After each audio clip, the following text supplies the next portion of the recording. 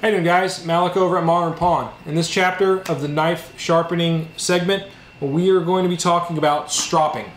Now, stropping is, I think, the absolute most consistent thing when it comes to sharpening knives. It doesn't matter what system that you use, it doesn't matter how you're sharpening a knife, it doesn't matter what kind of knife you're sharpening. Every knife I sharpen gets stropped at the end. It is the one variable that almost never changes. Now, what I'm stropping it on may change, and the grit that I'm using in the strop may change, but I strop pretty much 100% of the time when I'm done sharpening a knife. What I got here is a couple of different strops. We're going to go over these real quick. This right here is my personal maintenance kitchen strop. I have a old piece of neoprene, a piece of balsa wood, maybe like a ½ inch piece of balsa wood, and an old piece of suede. I don't know if you can see the fibers on that suede. It's just the old, like, you know, I think this was an old busted gun case at one point. I cut the leather off of it and glued it to this piece of wood. I then impregnated it with this stuff right here. This is 1 Micron black diamond. This stuff you can get from Chef Knives to Go. Mark Richmond over at Chef Knives to Go has all kinds of really cool hand sharpening, stropping stuff. He's got a really cool selection of stuff. This is 1 Micron. I have some 1 Micron diamond spray.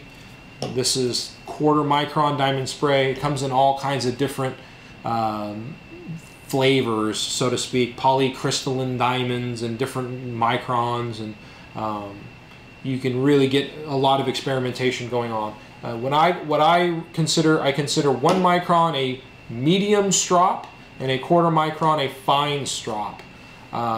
That's a very general term. A 1 Micron diamond spray is ultra extra fine compared to most of the stones that you're going to use, but it will make really shiny polished edges. This is the next level up, the 1/4 Micron paste. This stuff right here, basically what you're doing when you're stropping is you're pulling the edge across a surface that has some level of give. When you're sharpening on a stone like this stone, when you push down on the knife and you pull back, the pressure doesn't really give on the stone. So it keeps the bevel that you're cutting very flat. No matter what you do, you'll have little teeth at the edge where the scratch pattern, one side of the scratch pattern meets the other side of the scratch pattern, little micro serrations. The strop will help polish in between those micro serrations, so that the knife, even now that it's on an edge, it's even becomes sharper than it was when you're done with the stones. I'm a huge believer in the strop. I actually make these as gifts and give them away. Again, this is just a piece of balsa wood with some little rubber feet on it, and all you got to do is take the flavor of diamond that you prefer and load this up with some and you know, pull across. It works really well. So those are gift strops that I make for people. This is my in-house kitchen one. I use the suede on here because I want a little bit more aggressive strop.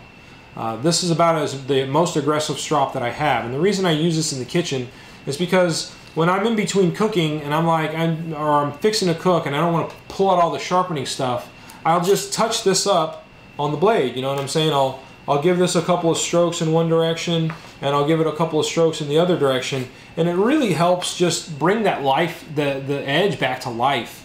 It doesn't remove really hardly any material. It probably does remove some microscopic amount of material, but it's not going to reset the bevel or anything like that.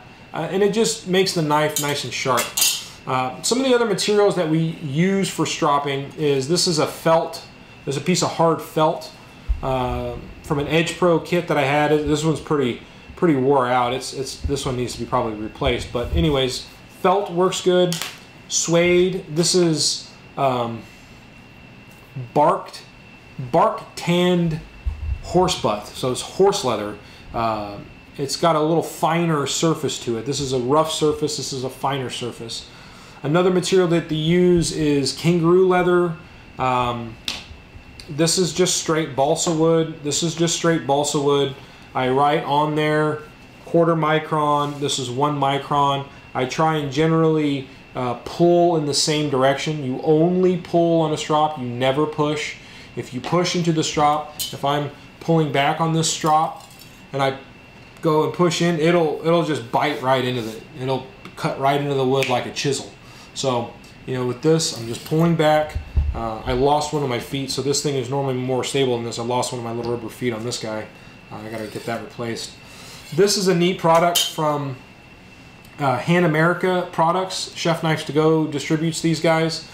It's basically, they sell like pieces of balsa wood with magnets on it so that you have a heavier base. This is like plexiglass, and this is a little metal thing that goes on there like this, and then those just snap on there, you know, so you got like a nice stable platform to work with, and then you can pop that off and switch to another grit.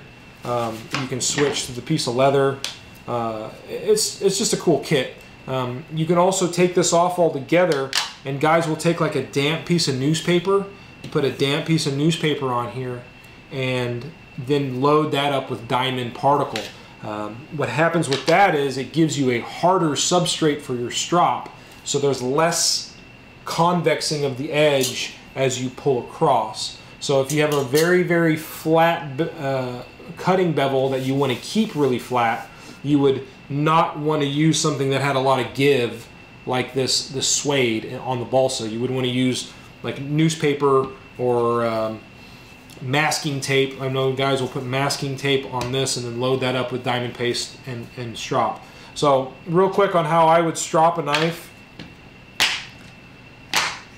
This is a 1/4 micron. I would do it just like I was hand sharpening a knife, except no push, only pull. So I would find my angle like I normally showed you in the hand sharpening video. I'd find my angle. It doesn't have to be as precise because the balsa will give as I push down, and I would just draw back. Now again, I'm missing a foot on this thing. It's normally a little more stable than this. I don't know if you can hear that. It made a little noise as I pulled back. It's because there was something on my strop. There you go. So that's basically all you're going to do. Let me see if I can stabilize this a little bit better here. There we go. So you're just going to find your angle, and you're going to see, you see that right there?